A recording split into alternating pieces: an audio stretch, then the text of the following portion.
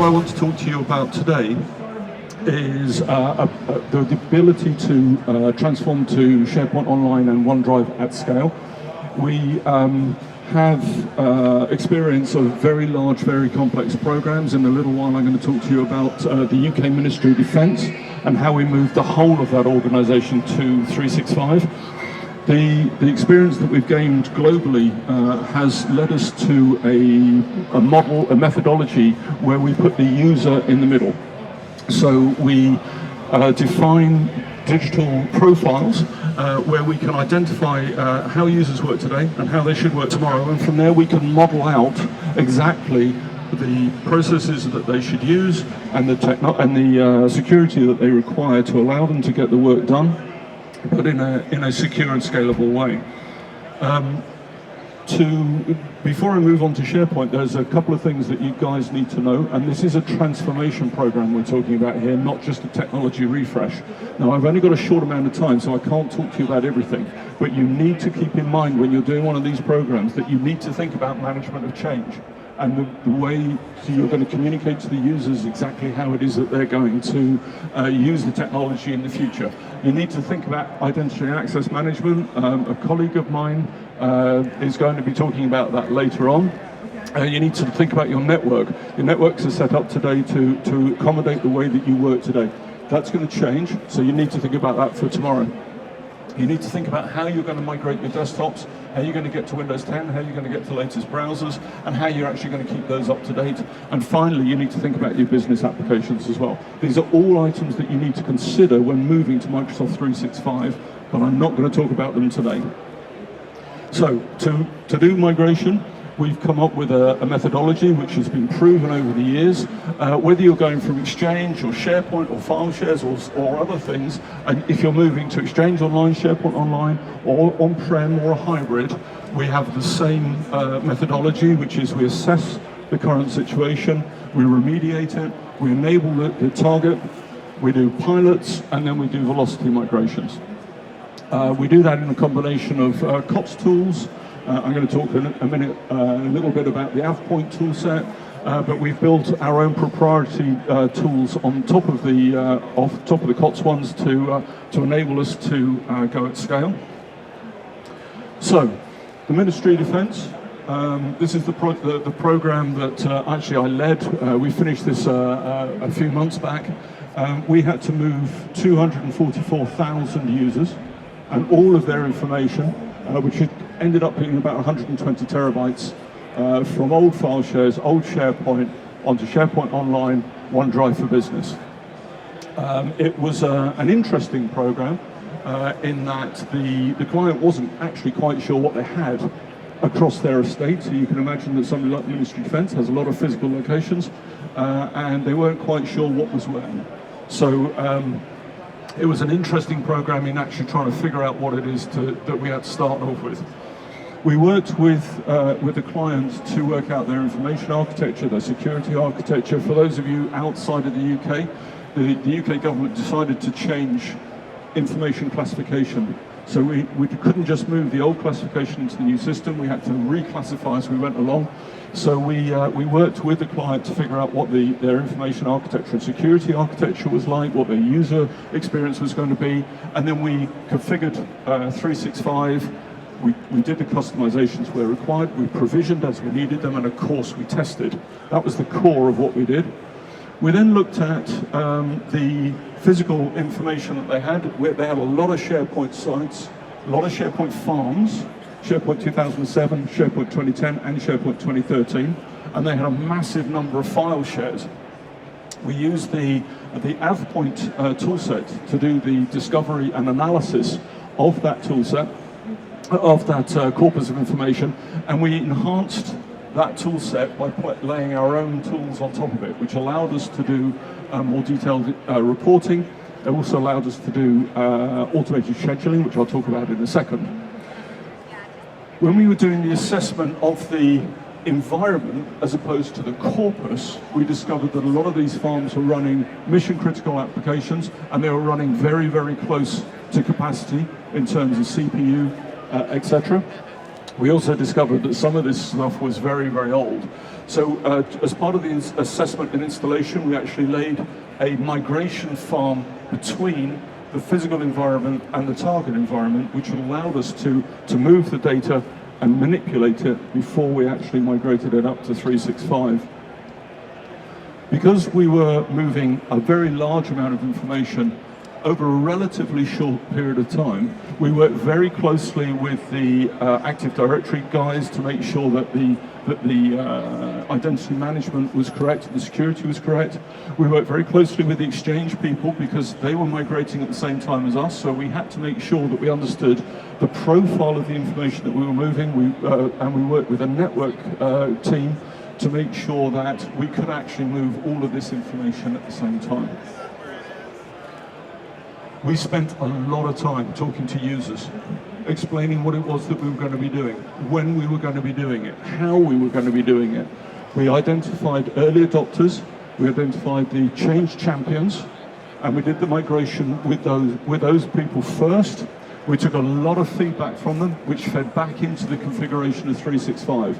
So we weren't doing it to them, we were doing it with them. And there's a very, very important point. You have to do these migrations, these transformation programs with the business, not to the business.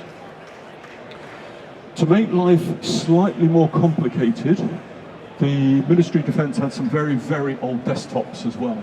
So what they decided to do was to refresh the whole desktop estate at the same time that we were doing the migration. So for any given user, what we had to do was to talk to our colleagues at HP who were building the new secure desktop, so that we understood when the lorry was turning up at a particular site with all these new desktops. The users would go home at 5 o'clock in the evening.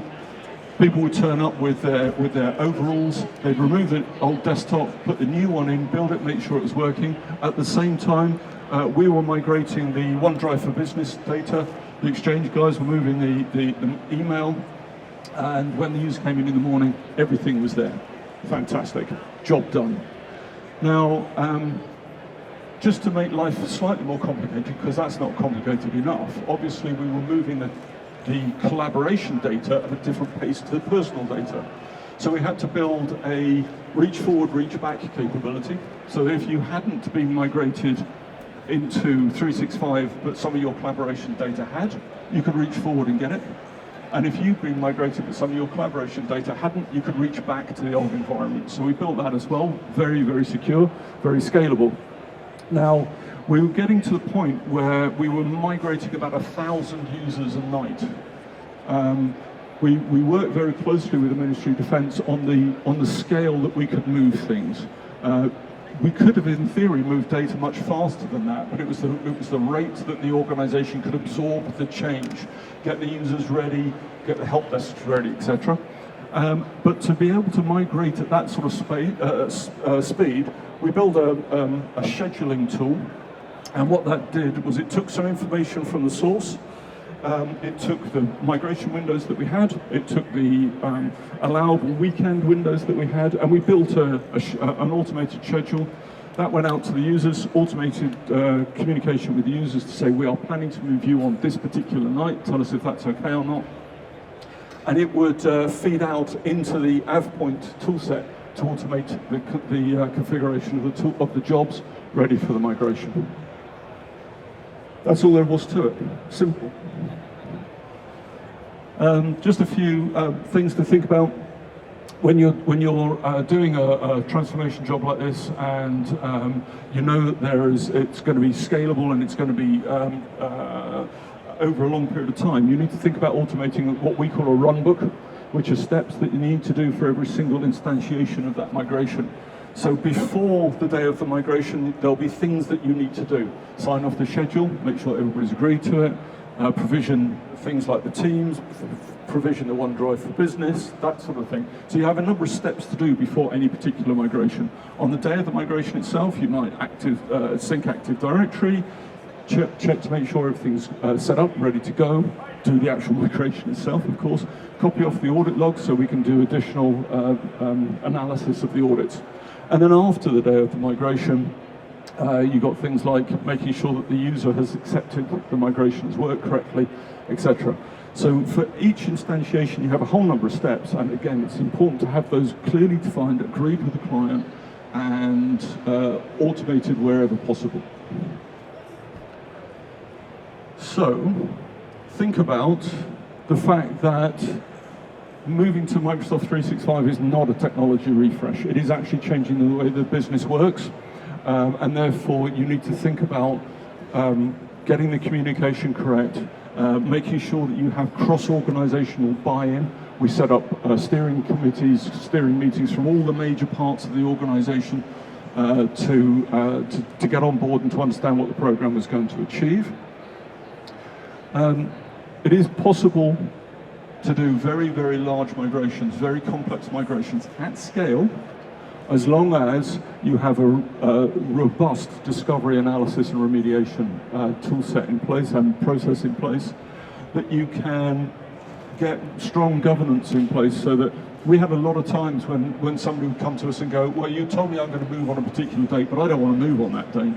They had to have very good business reasons for not moving. Now, an organisation like the Ministry of Defence, you can imagine occasionally they do a handbrake on us and go, you know, something's happening at the weekend, we're not going to tell you what it is, but we can't move on this particular weekend. So, you know, you've got to be able to change your schedule quite quickly, but there's got to be a very good reason for it. And think about, as I said, you've got Active Directory, you've got Exchange, you've got networks, you've got everything else that you're doing. It has to be a program which addresses everything in one go. If you silo your program, just say, I'm only doing SharePoint, I don't care about the rest of them, or I'm only doing Exchange, I don't care about the rest of them, that's not going to work. It has to be a holistic program.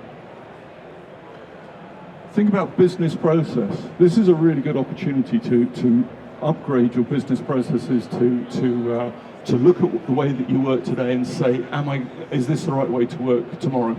Think about information management, life cycle, security. Think about how you do app dev. We did a program like this for a particular organization and said, we've got a fantastic way of doing our applications. We think about an application for 6 months. We spend 2 years building it, and then we roll it out over about a year. In something like 365, that doesn't work anymore. You have to think about very, very short, minimum viable product way of rolling out an initial application and then building up functionality over time. So think about how you're doing your application development rollout, and think about how you're doing collaboration within the organization. This will change the way that organizations work. So think about how you collaborate both internally and externally.